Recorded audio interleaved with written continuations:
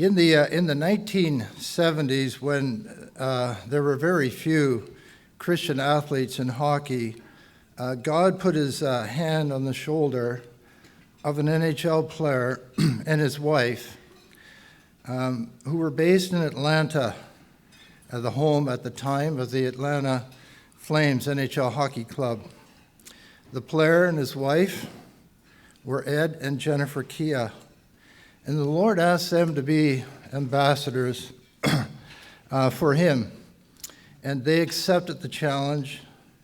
And with the love of God in their hearts, they let the light of Jesus shine through them wherever they were, amongst their teammates and families in Atlanta and then here in St. Louis, to youth hockey players at our Christian athlete hockey camps and speaking at different events and in written testimony. They were great ambassadors for Jesus Christ, and God spoke through Ed and Jennifer Kia.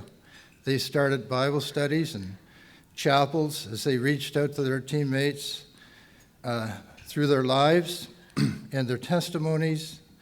And one player who was traded to Atlanta was told to keep an eye on Eddie. And he said he watched him so closely and he saw the peace that he had, that he wanted that peace. And Jean Pronovost received Christ and his peace in his heart. And then as he moved on to another team, he carried on that tradition of sharing his faith. And I can only say that the impact of Ed and Jennifer goes on and on and on through all the youth, literally thousands of players, families, young hockey players have had their eternal destinies changed because of their strong stand for Christ in hockey at a time when the Christian faith in hockey was often misunderstood, but lives were transformed. And so Eddie, as many of us know, was badly injured, and he never really recovered. And God called him home a number of years ago now, very sadly, but we know that Eddie is with Jesus. But Jennifer has continued on with her family here in St. Louis.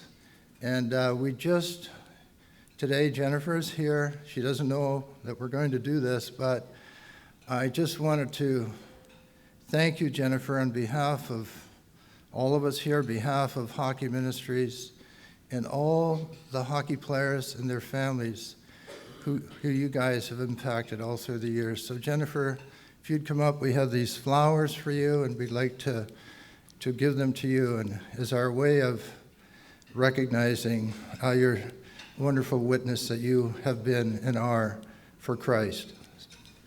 So let's thank Jennifer.